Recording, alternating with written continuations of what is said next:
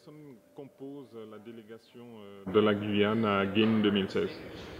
Nous sommes deux, le directeur de la radio et moi qui suis responsable des communications de la mission. Comment vis-tu ce Guine 2016 et que ressens-tu justement avant la fin de ce Guine 2016 justement ici? Alors c'est ma première participation. Déjà je suis impressionné par l'organisation qui est en place.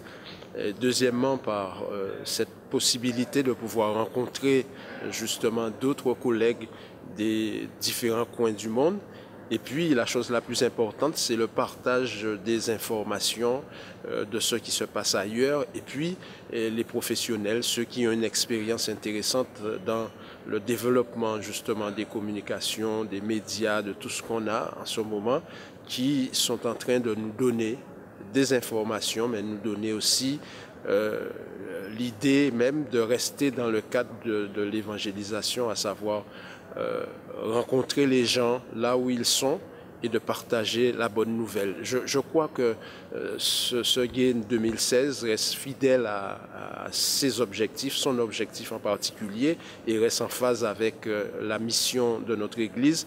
Et c'est une rencontre qui, pour nous, en tant qu'adventistes du 7e jour, et particulièrement dans le département des communications, nous renforce, nous donne encore beaucoup plus d'inspiration à vouloir encourager la masse de l'Église, les membres, à être un disciple, à être un journaliste, à être vrai porte-parole de Jésus là où ils sont.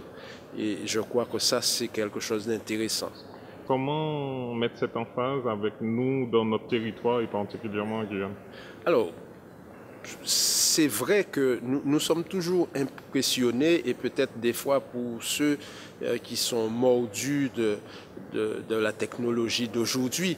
Mais moi, ce que je retiens, c'est que avec toute la technologie qui est en place, tous les intervenants, ils sont en train d'attirer notre attention, non pas de nous focaliser sur les appareils, mais c'est surtout sur la rapidité de circulation de l'information et la masse de personnes cette masse-là qui est branchée sur cette nouvelle technologie et qu'il faut justement entrer dans cette ambiance, dans cette nouvelle culture pour pouvoir apporter l'évangile. Et je crois qu'on est en phase. Donc chez nous, nous ne devrions pas avoir une certaine difficulté à nous sentir à l'aise, justement parce que, par exemple, les téléphones portables, là, aujourd'hui, eh bien, quel habitant de chez nous qui n'en a pas un? Et donc, face à tout ce qui se met en place, nous devrions nous organiser pour être dans l'ambiance et l'utiliser pour faire avancer la prédication de l'Évangile.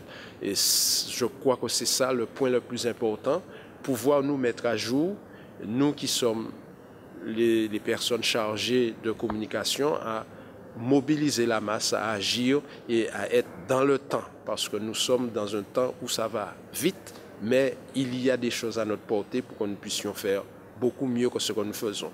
Alors, je ne dirais pas qu'aujourd'hui, les méthodes que nous utilisions dans le passé est révolue, mais on sent que au lieu de faire une focalisation, par exemple, sur nos sorties du samedi après-midi, aujourd'hui, je crois que la jeunesse, notre église est une église jeune, la jeunesse n'est pas branchée sur les sorties. Donc aujourd'hui, avec leur portable, ils peuvent, pendant plusieurs espaces de la journée, que ce soit des espaces de 5 minutes ou de quelques secondes, transmettre un message d'espérance à quelqu'un ou à plusieurs personnes, et ça c'est faisable, et nous serons dans la mobilisation d'une masse importante de l'Église, et nous serons dans le travail de faire des disciples.